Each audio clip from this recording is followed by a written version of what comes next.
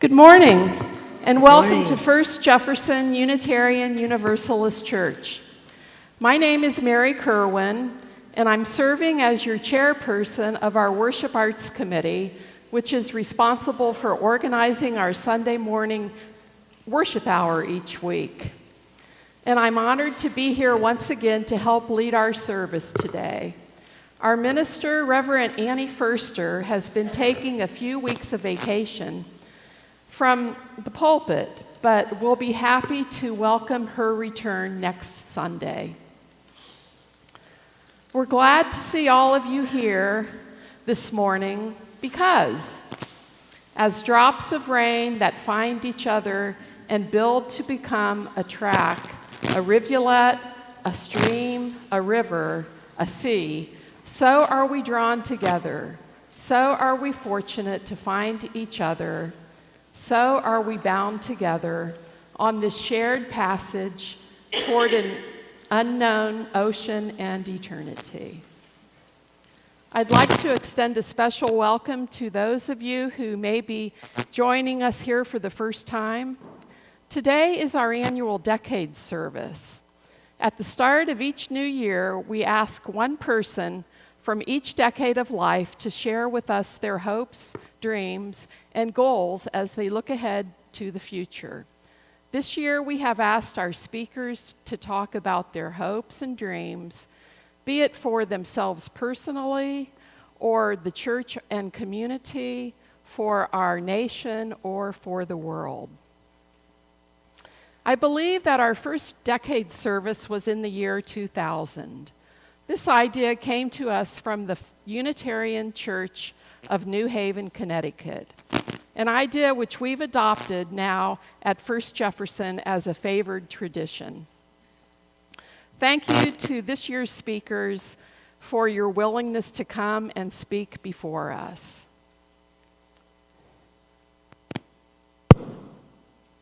I have several announcements this morning. First is that our Caring and Sharing Committee will be meeting on January 30th, that's a Sunday, after church at about 12:30.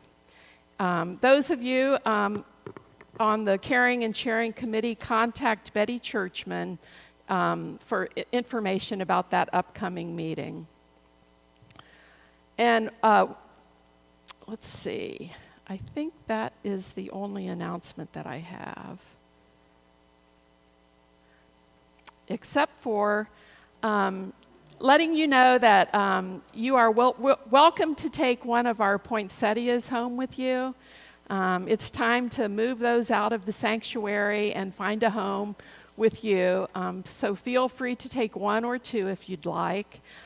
We just ask that you bring back the foils at some point so that we can recycle those for next year. Oh, and I do have a second announcement. Sorry about that. The registration for the annual Southwest UU Women's Conference is now open. The conference takes place in person at the Embassy Suites Hotel in Grapevine, Texas, the weekend of March 5th. That's 8 weeks away. Check the weekly email for a link to the conference registration page, or you can check with me if you would like more information about that upcoming conference. If you're visiting, we invite you to stay following the service so that we might get to know you a little better. Also, if you've not already done so, please stop by the visitors table by the front door, where you can also choose to place your name on our mailing list and for our weekly email and monthly newsletter. At this time, we remind you to silence your cell phones as we gather into a spirit of worship.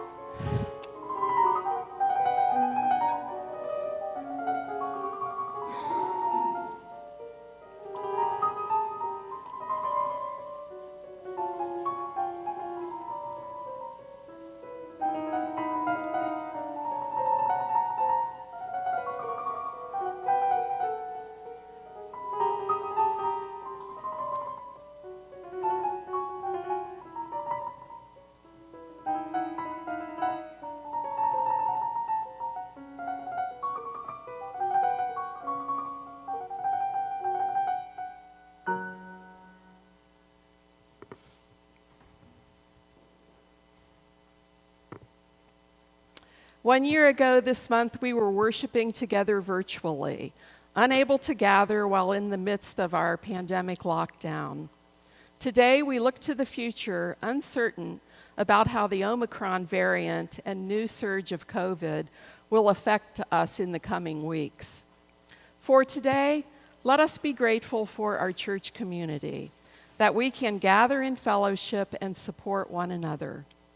Our call to worship comes from the Unitarian Universalist minister, Reverend Erica Hewitt.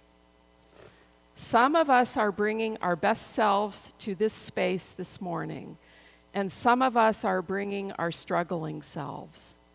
All of us are welcome here, and all of us are loved. We gather to worship, our hearts alive with hope that here we will be truly seen, that here we will be welcomed. May we know that here each contributes in their way to the beauty of the whole. It is good to be here and worship together. Now please stand as you are able for our chalice lighting, followed by the singing of our opening hymn and the recitation of our unison affirmation.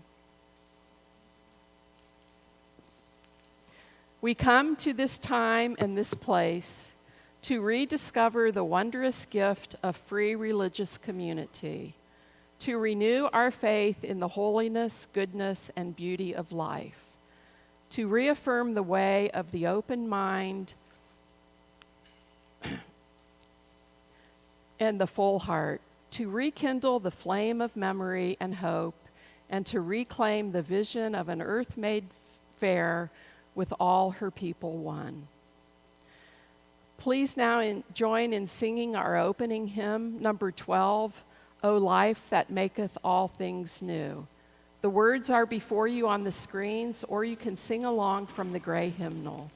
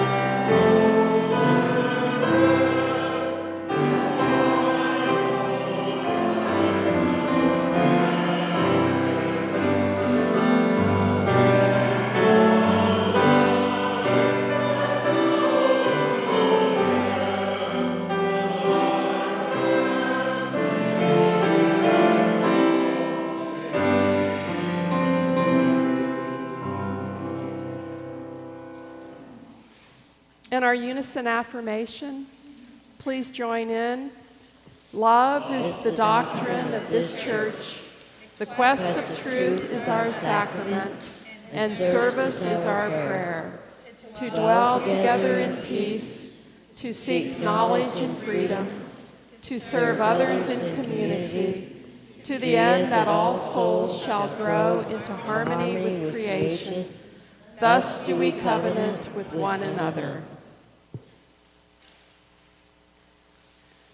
And we invite the children to come forward for our story for all ages.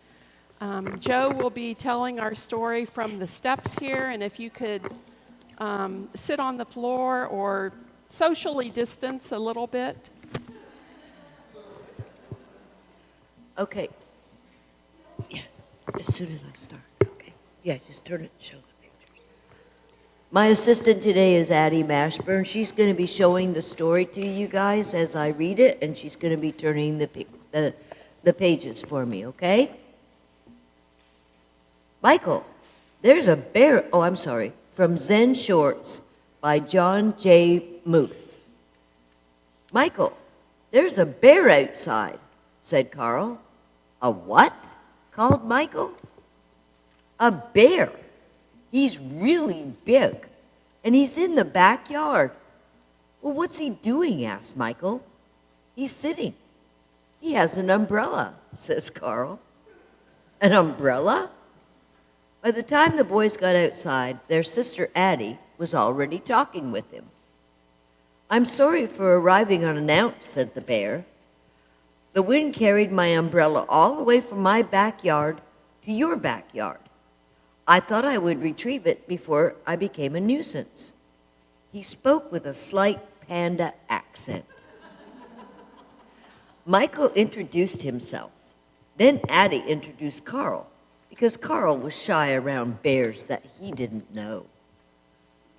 And how is Addie, Michael, and this is how Addie, Michael, and Carl met Stillwater. The day after that, Carl went to visit Stillwater. Michael said, I couldn't bring over our stuff to go swimming. I'm mad at Michael. He's always telling me what to do.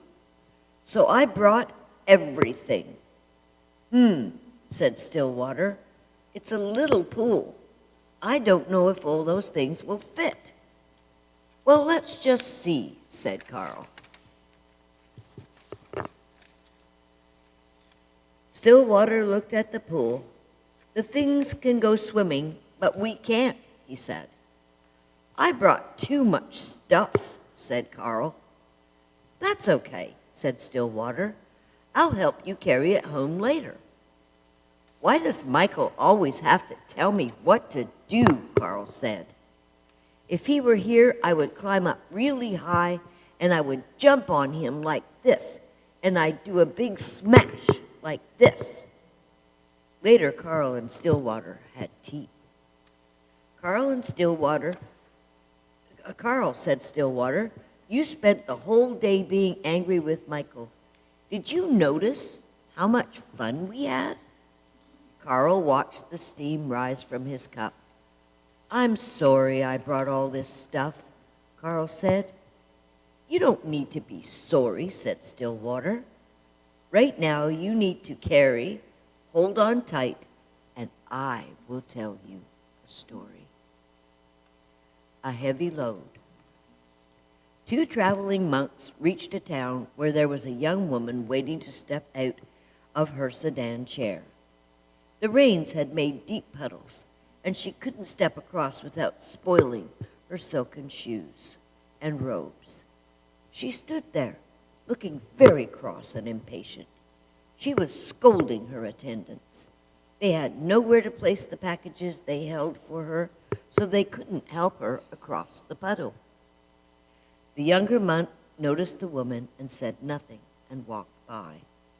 The older monk quickly picked her up and put her on his back, transported her across the water, and put her down on the other side. She didn't thank the older monk. She just shoved him out of the way and departed. As they continued on their way, The young monk was brooding and preoccupied. After several hours, unable to hold his silence, he spoke out. "That woman back there was very selfish and rude, but you picked her up and put her on your back and carried her. And then she didn't even thank you." "I set the woman down hours ago," the monk replied. "Why are you still carrying her?" "Do you think you have carried it long enough?" asked Stillwater. "Yes," said Carl. "Good," said Stillwater. And this is how Addie, Michael, Carl, and Stillwater all became friends.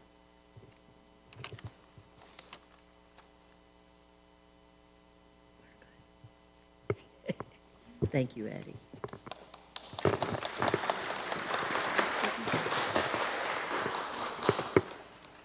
We'll now sing those of the children out who wish to leave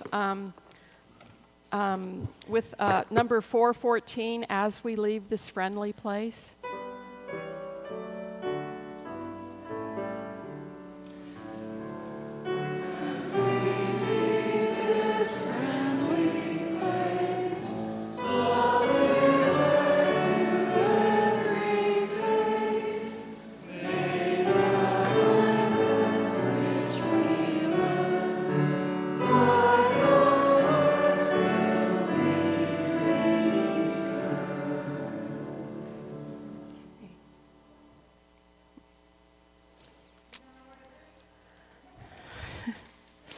We know that Unitarian Universalism is a grand vision of a world filled with peace and justice, love and joy.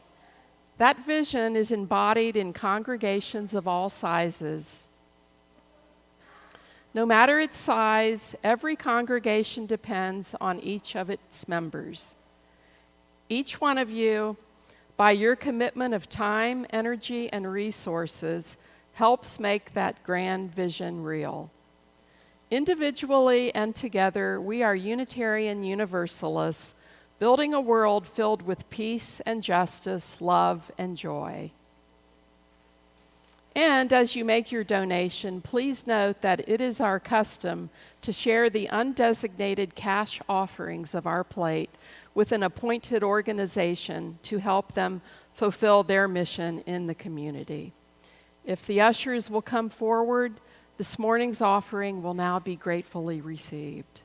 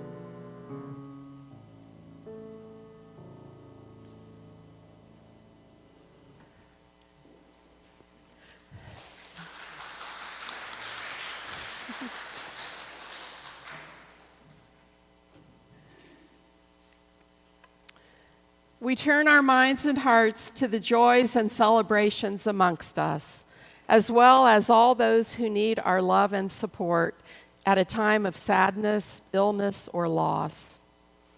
As you are so moved, we invite you to light a candle now or at any time during the service in our meditation center here to the side of the chancel. At our church, we covenant to share our happiness and our burdens, and in doing so, it is our intention to be authentically present to one another. In our book of memory and hope this morning, I have one story. Last week, we told you about the death of our former member and good friend David Pierce in upstate New York. His two sons, Andy and Owen, are now in New York at their father's home.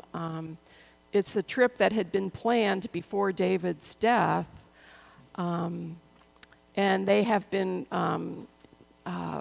working on settling the estate and making plans for the memorial service, which I've just learned will be live streamed at the First Unitarian Society of Ithaca, New York, on their YouTube channel.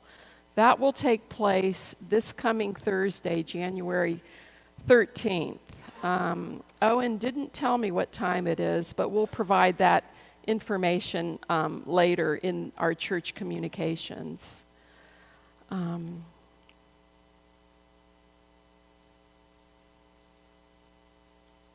Okay. So that would be the David Pierce Memorial Service streaming online on Thursday from the First Unitarian Society of Ithaca.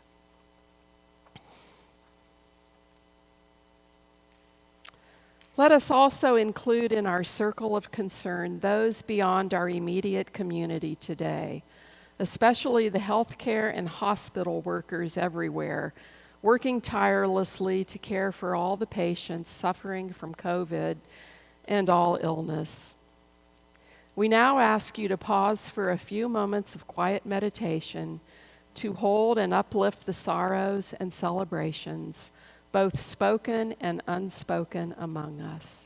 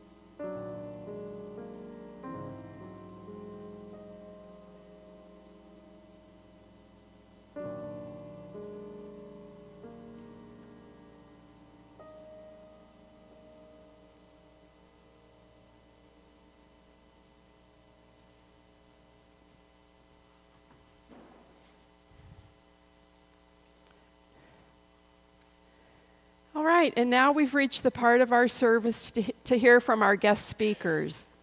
We'll begin with our youngest member, Jillian, followed by all those one by one across the decades. So Jillian, if you'd like to come forward.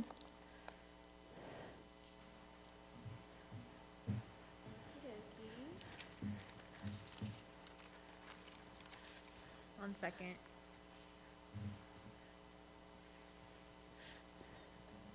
Hello. My name's Jillian Mashburn, and I've been a part of this church since I was really, really young. About 2 weeks ago, I was asked if I wanted to talk about what I wanted for future generations. I obviously accepted because I'm up here talking to y'all now. Anyways, here are the things I want and hope for the new and current generations. First, I want to talk about feeling and being safe. From a young age, many kids are told, don't go out after dark, or don't leave my eyesight because it could be dangerous, and the world's a very scary place. For the current and future generations, I want people to be able to go outside by themselves at night or during the day and not be worried about being followed, kidnapped, or in just general danger. Sadly, events like this occur on a day-to-day basis, and I hope we can make the world a safer and friendlier place. Another thing I wanted to mention is education. Although to most people, education is very common, there are still kids and adults who can't get the education they deserve. And not just like that, but an education that can and will help a specific person. What I mean by that is if you're a hands-on learner, you should do more hands-on activities. Or if you're a visual learner, you should do more visual activities. I don't want to see kids or adults stressed out, overwhelmed, or struggling because the learning method doesn't work for them. I would like to see the education system grow and provide a learning method that will work for each individual. I want to see more hands-on activities, field trips, visual and fun learning instead of working out of a book, unless if that's what works best for you. Whatever you want. One big thing I wanted to talk about today is bullying and its effects on individuals. Myself and many, many others have dealt with the effects of bullying, whether it's verbal, physical, or emotional bullying. I really hope the new generations and current generations don't have to know what it's like to be bullied because it can really affect your mental health and a kid's social development. I really hope no human is ever bullied or discriminated against because of their race, sexuality, sexual orientation, physical features, or level of knowledge. The next part I will talk about will include sexual assault or rape, so if you are easily triggered, just don't listen, walk out. I will not be offended at all. Do whatever you need to do to feel comfortable. Anyways, rape. It's a very, very scary word. Well, rape and sexual assault have become a very normal and very common thing. Almost everyone I know, girl or boy, or non-binary, including myself, have been sexually assaulted or raped, and etc., more than once, which is not good. I know from experience it can really affect your mental health and growth. One of my biggest hopes is that no one ever has to go through the experience of being taken advantage of sexually, emotionally, or physically. And I'm pretty sure all of y'all agree with that, so. The last thing I wanted to talk about is appearance and self-worth. A lot of people right now in this generation have very low self-worth. They don't think they're beautiful, and I struggle with these problems myself. So everyone on this planet, everyone in this room is beautiful. Even if you don't have perfect features, the newest clothes, or perfect makeup or hair. And I hope that every single person in the new and current generations can look in the mirror and be genuinely confident and know they are and you are beautiful because you matter, you are important, you have value and worth, and you are perfect just the way you are. Thank you.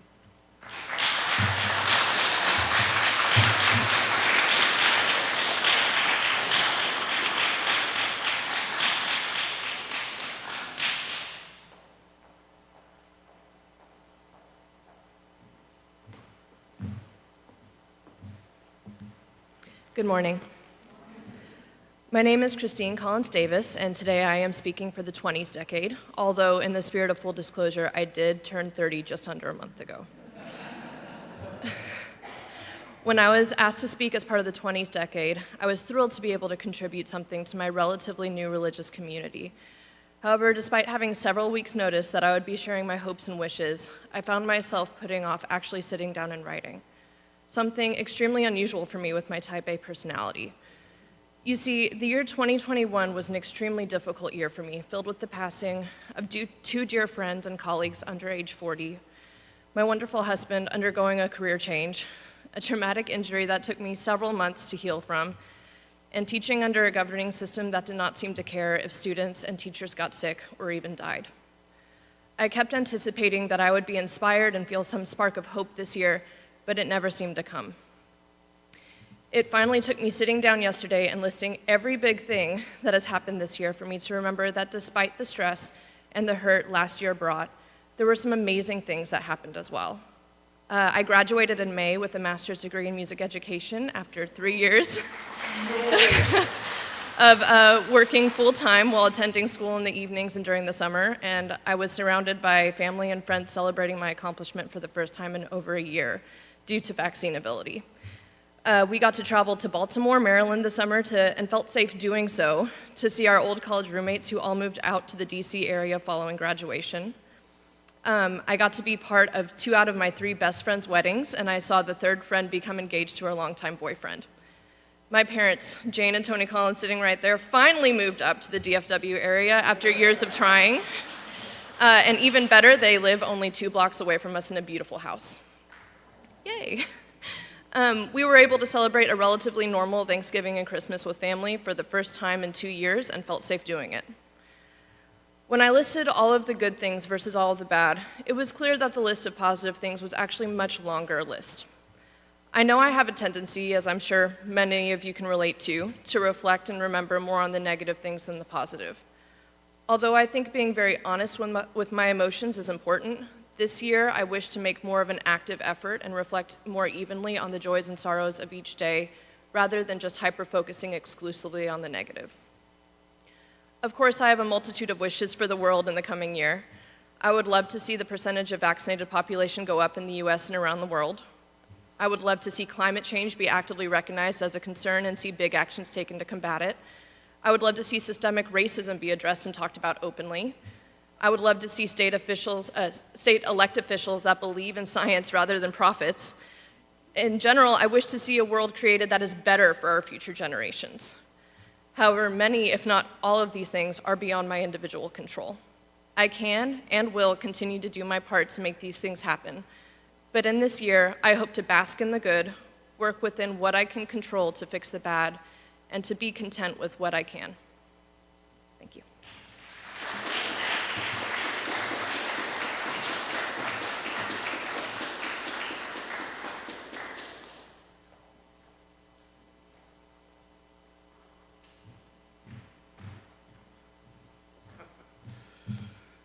Good morning. I don't know how I'm going to top those last 2. Well, I was, in case anyone don't know me, I'm Renniel Baker, and I'm representing the 40-somethings. I don't know how I got to be a good representative, but I mean, I always felt you're only as old as you feel, and I definitely do not belong in the 40 range. I belong in the dead range because I feel I should have died 10 years ago. But be that as it may, I didn't prepare a speech because, 1, I was trying to get over Omicron. Yes, I got Omicron too, just like everybody else. And 2, I started actually both of my new jobs this past week, being an agent for Primerica and working for SiriusXM, which is, someone uses it, which is a huge, if anyone knows my story, especially in the past year, 2021, me, just like everyone else, is taking a beating.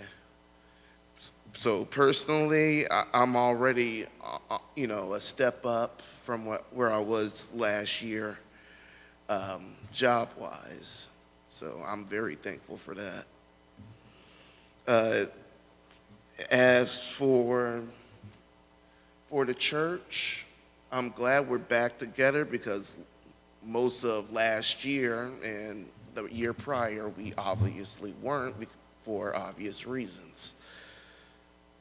But I'm glad to see everybody here together. I'm glad we're able to implement modern technology by being on Facebook streaming. And I mean, that's a huge step. What I wish for the church, one, is to get a decent name coming up.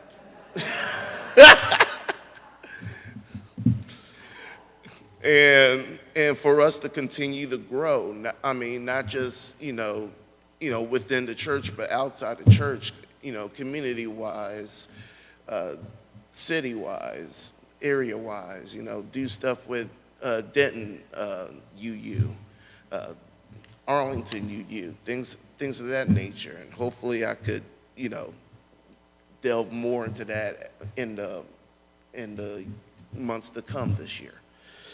Let's see, city and state-wise, I just hope we don't get another ice storm, because I'm not gonna lie, I'm a Florida boy, I ain't ready for that again.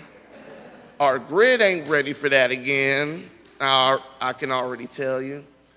And one thing I'm pretty sure most of us can agree on, I hope we could find someone better to get at Greg Abbott out of office. I'm going to be real. He needs to go. Maybe give him the Mrs. Deagle treatment from the Gremlins, but anywho. For our nation, what I'm hoping for is for us to finally get a grip on COVID, and the other I'm going to be honest, our country has looked like bullies to everyone else, bullies that pretty much don't know what to do. I'm hoping, for our country and for everyone in it, that we can for us to get over COVID, for us to lose that stigma that we are bullies. And I'm hoping that for the world, and I'm hoping that, we could love each other a lot better. We could take care of ourselves a lot better. We're still in the middle of a pandemic here, guys. And I'm hoping this message spreads to everyone on Facebook as well inside the church. Get vaccinated. Do everything you can. If there's a reason why you can't, a medical reasonable reason why you can't have a mask on or get vaccinated, be smart about it. Get away from, try to stay away from as much people as possible, humanly possible. But, let's just be smarter about this. For everybody's sakes, including our own. And that's really the bottom line of what I got. Thank you, guys.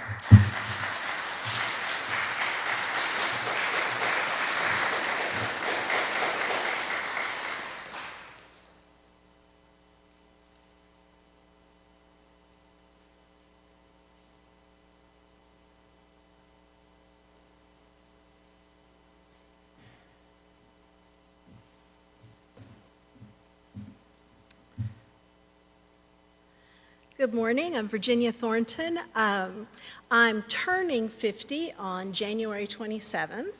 No gifts. Unless you really want to. I'm looking forward to my 50th decade.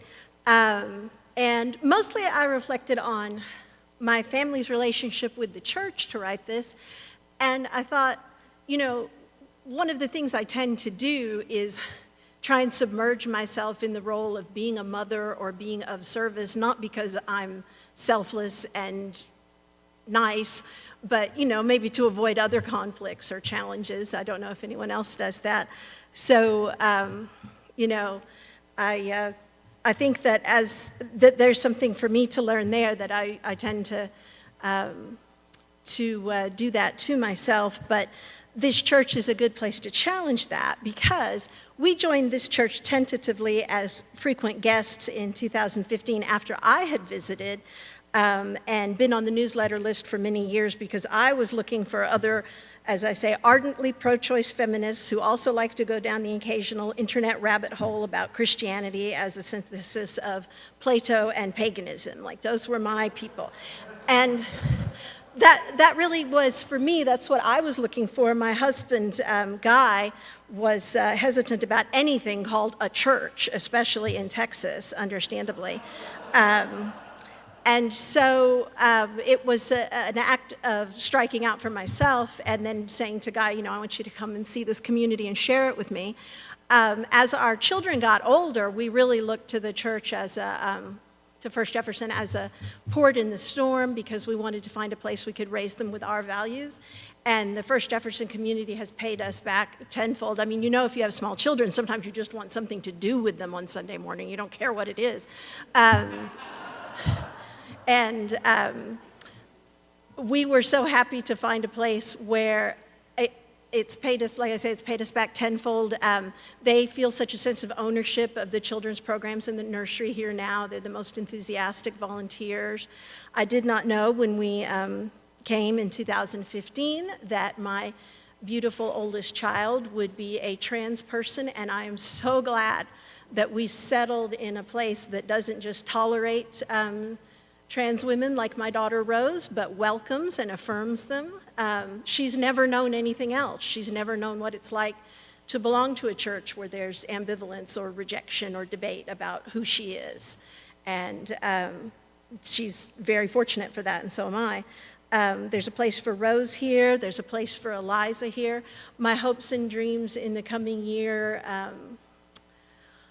are obviously for my family, but also for myself. As my children get more independent and need me less, I'll be able to hide a little less behind the, I'm a busy mom, I don't really have a thing of my own, and go back to my pointless intellectual noodling that really gives me life and helps me be me. And I hope to do that with some of you. I hope that after getting my children sort of to early teenagerhood here, and they're now so independent that one of them is now interested in the Southern Baptist Christian tradition. It's gone kind of a total 180, although not from our social justice beliefs. There's things we just don't allow in the Thornton household. But now that they're both becoming more independent, and I don't, in fact, have to, oh my goodness, find something to do with them on Sunday morning, that I'll double down on my own intellectual and spiritual development as a person, the same kind of pulling away from the yoke of marriage and motherhood and submersion that brought me here in the first place. Although, as you know, Guy eventually managed to tolerate being here enough to be on the board, build a piece of furniture for the sanctuary, and run the AV program. So he seems to like it okay. One of my concrete hopes and dreams is to help spell him and do what he does and do what some of the AV people do to help support with that. I sort of drafted a beginning of this and not really an end of it. I'm hoping as a member of First Jefferson that somehow my experience as what I called a long-time listener, first-time caller, it took me a long time to kind of get up the guts to come join. There are probably people like me out there who were raised in a strong religious tradition that's part of their ethnicity or very conservative or whatever, who want to join, or people who are, like me, very secular humanist and they're not sure what it offers them and what they have to offer. That I think we need to grow, and I think we can grow, both financially and in numbers. And I'm hoping to contribute to that, not just in a direct way, but also on worship arts and liturgy, and just want to get to know some of my fellow First Jefferson members better and share some of those intellectual conversations that drew me to the church in the first place. Happy New Year, everyone. Stay safe, stay healthy. You're all very important to me and mine.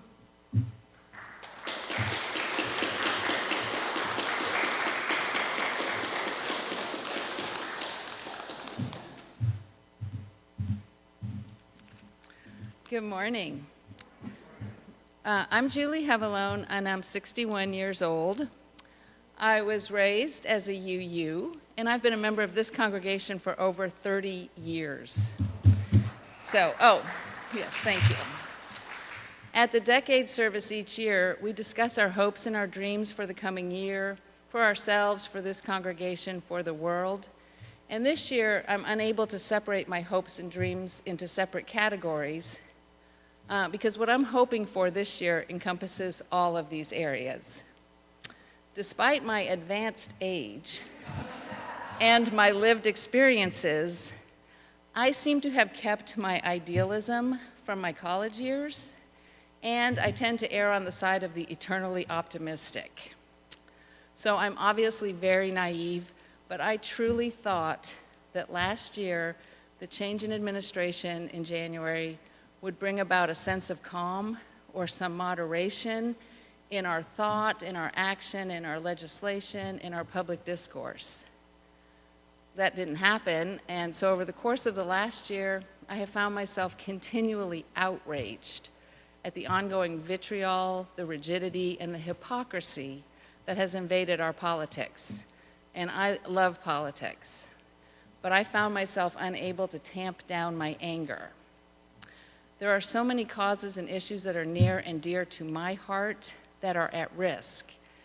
And at the same time, there's so much noise, how can anyone's voice be heard? So I decided I needed to do something about my outrage. And the problem is, I'm outraged about everything. I'm outraged about reproductive rights, or lack thereof, about the threats to LGBTQ rights, the way we teach our children, about science and vaccines, about racial injustice and climate change. It's overwhelming. And the question I have to ask is, how do we decide, or how do I decide, which of these issues is the most important? Which one is worthy of my time? Which one holds me accountable to our first principle, the inherent worth and dignity of all people, when all of the issues that are at risk are basic human rights? How do we do that? So, after a lot of thought, I decided this year I'm going to work on one thing. I'm going to focus on one thing, and it's voting rights. And if we want democracy to thrive in this country, we have got to have a voice in what is important, and we need to be able to ensure that there is a free and fair election process. Democracy is something that I hold very dear. I have always, since I was young, understood that participation matters. I worked my first presidential campaign when I was 12, and then I started answering phone bank. I was stuffing envelopes then. I started doing phone banks at age 16. I started writing to elected officials when I was in high school, and I went to my first protest march when I was in college. And I have not stopped doing any of those things. So here is what I am going to do. Oh, why, thank you. I want to do everything I can to ensure that people who want to vote can vote. And I'm inviting you to join me in this. The good news is there are organizations we can work with, such as the Texas UU Justice Ministry, which educates and organizes congregations to advocate publicly for public policy. The UUA has a public advocacy campaign called Side with Love, which provides training, information, and support to congregations. Both of these groups have identified voting rights as a priority this year. So we can work with them. We can also work here in our community, perhaps by helping register people to vote, like Colleen Brewer and Mary Kerwin did last year, or giving people rides to the polls. We could be poll workers. Imagine how much fun we could have, or fellowship at least, if a group of us decided we wanted to be election workers. But here's the deal. We have less than 2 months to the Texas primaries. I got my first campaign mailer yesterday, so the time is now. So I'm going to close with a couple tenets of my basic life philosophy that have served me well over the last 60 years, that I rely on almost daily, and I will continue to rely on into the coming year. First, in order to do any kind of work, we have to show up. We must show up for the issues that are important to us. There are multiple ways which we can show up. There are many ways people can participate in a way that's comfortable and meaningful, but we must show up. And secondly, we have to stay engaged and at the table. When things don't go the way we want, it's easy to walk away or bury our heads in the sand or just become apathetic. But no matter the obstacle, we cannot affect change if we don't remain at the table and stay engaged in the process. And that is what I fully intend to do this year, and I hope you will join with me. And in honor of Guy Thornton, make it so.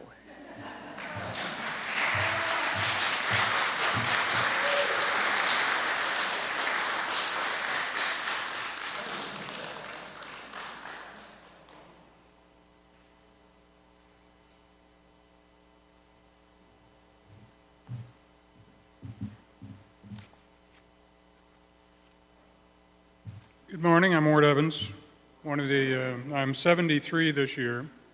One of those factors is the fact that your hearing goes out, so let me adjust my hearing aid. My wife Anna and I live in Arlington, but we spend probably a third of the year in Arlington, a third of the year in Puerto Rico, where much of Anna's family lives. And recently we spend about a third of our time in Tel Aviv, where our daughter lives with her husband and her two relatively new twins, Alma and Ben, that we have about 4,000 pictures of, if you'd care to see them. I've been associated with this church directly or indirectly and its predecessors since literally before my birth. My mother and father, my mother was pregnant when the original group of founders of the first church in Fort Worth were planning the church. So I can pretty much beat anybody on length of association. I've been retired for 8 years. I had a very good career. Was fortunate in that regard. I enjoyed what I did. And I have absolutely no interest in doing any more of it. So I'm quite happy, fully adjusted to being retired and being an unemployed full-time bum.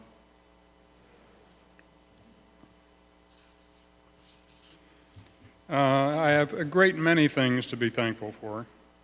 As my doctor says, for my age, I'm in good health. I always love that qualifier. I have an excellent marriage. Thank you very much, Anna.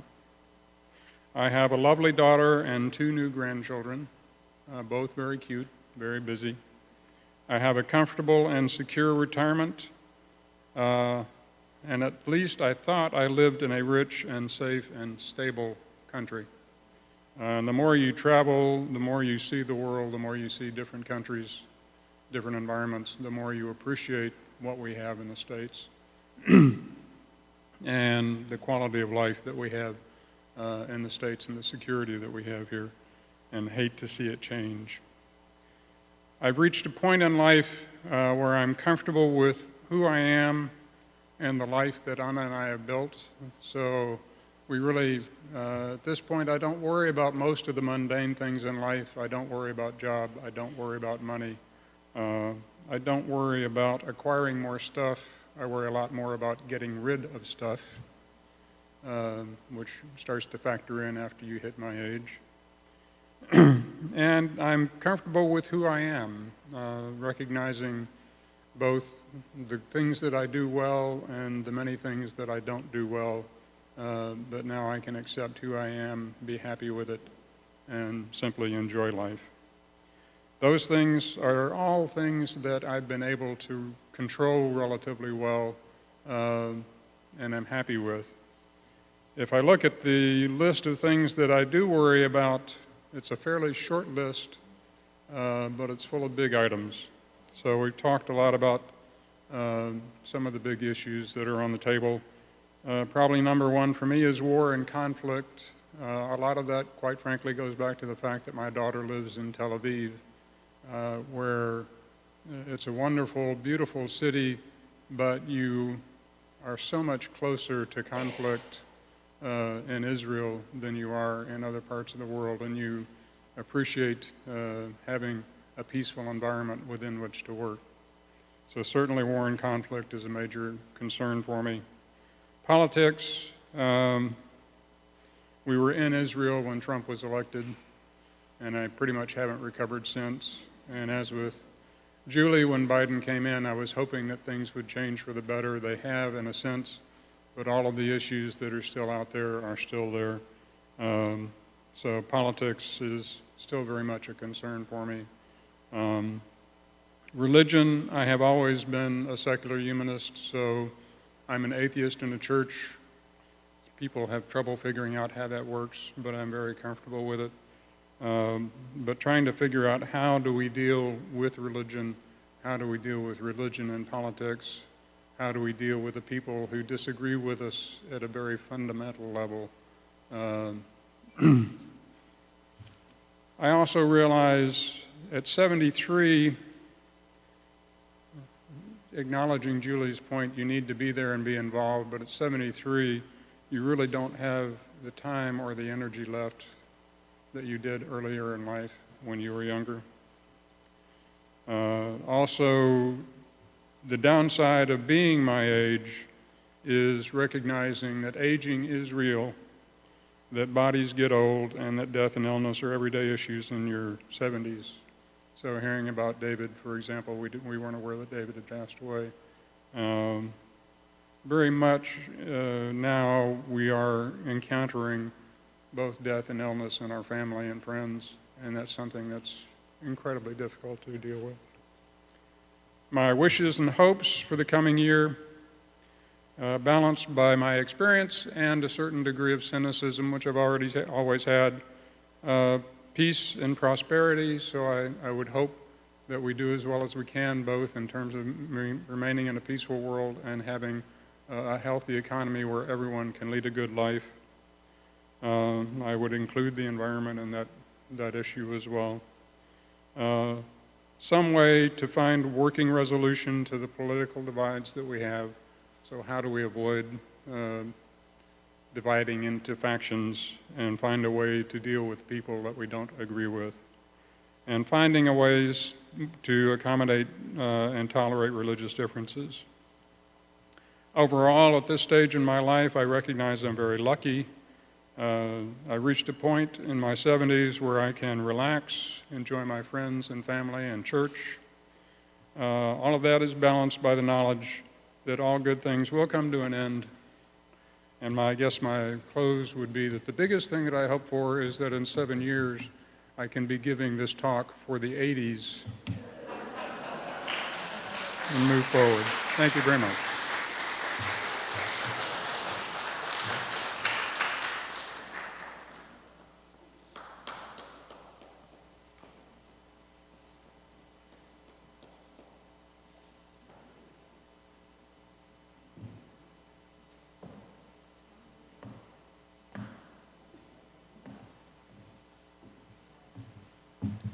My name is Roy Redmond. I'm 83 years old.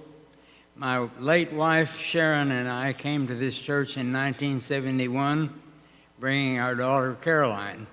We were simply looking for a place for religious education for our daughter, hoping to find a more liberal approach.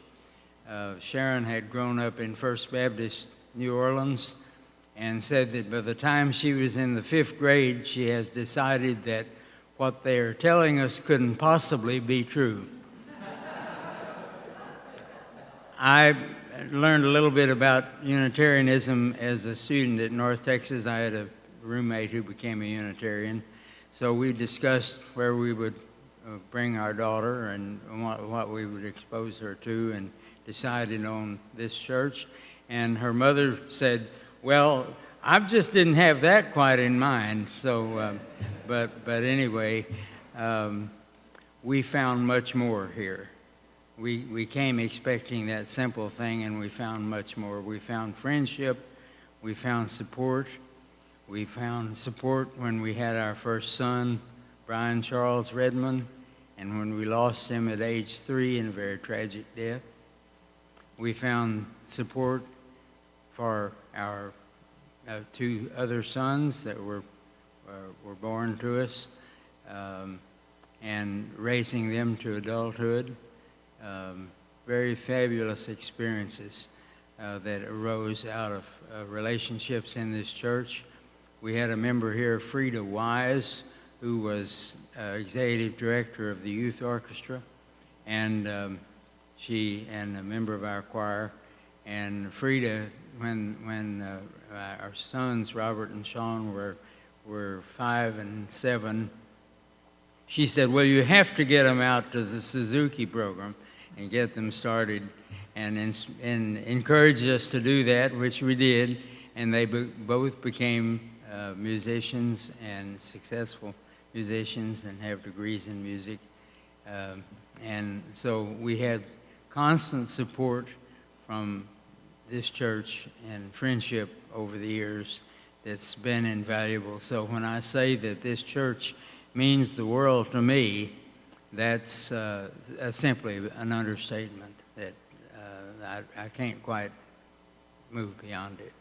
But it's and when it came time to have a choir in this church, I was privileged to be asked to be choir director, and we maintained the choir for years, and it was a very satisfying experience. I had gone into organ building and building pipe organs, and I didn't really think that I would ever get back into church music, but was inspired to do so and found it very rewarding. When we outgrew the older sanctuary, which is now Coleman Hall, and it became desirable to build this building, I was asked to assist with that, and it was a very satisfying experience.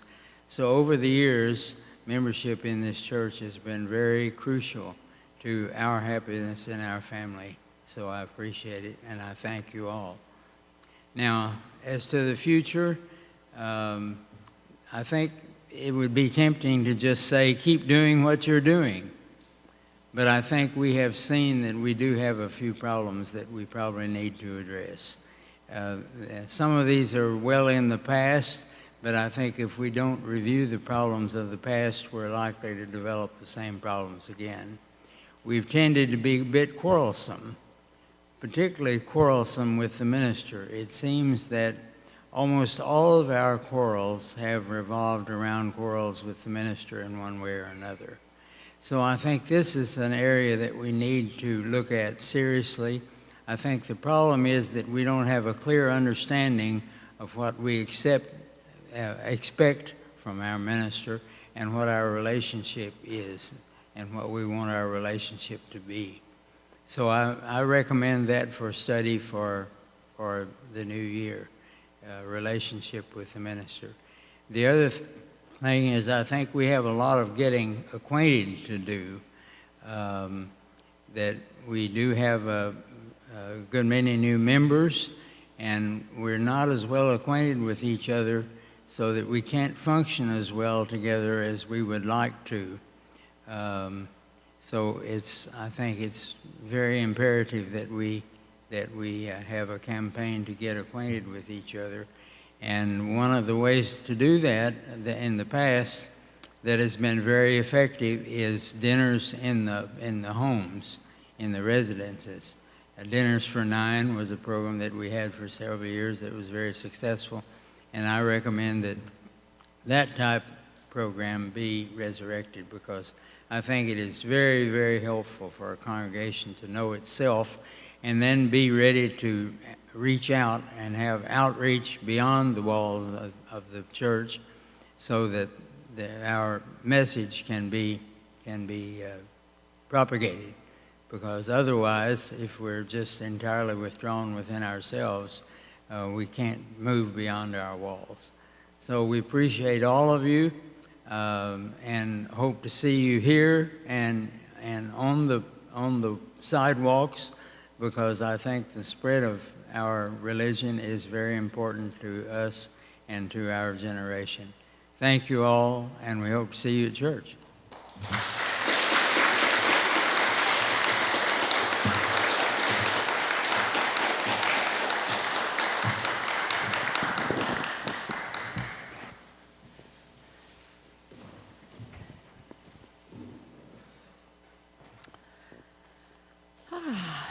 Very satisfying to listen to all of you. We're so grateful to our speakers this morning and their willingness to share their hopes and dreams with us. I'm pretty certain that each one of us here has hopes and dreams for this year. So let us sing a hymn to encourage us as we get on our way to chasing those hopes and dreams. Please stand as you're able and join me in our closing hymn, number 116, I'm on my way. I'm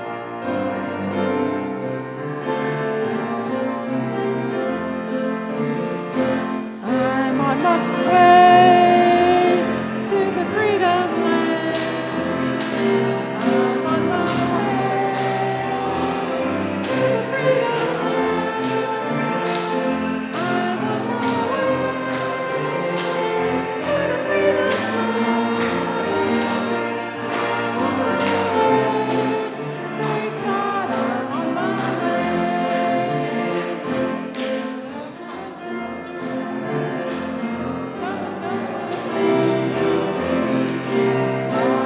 my sister,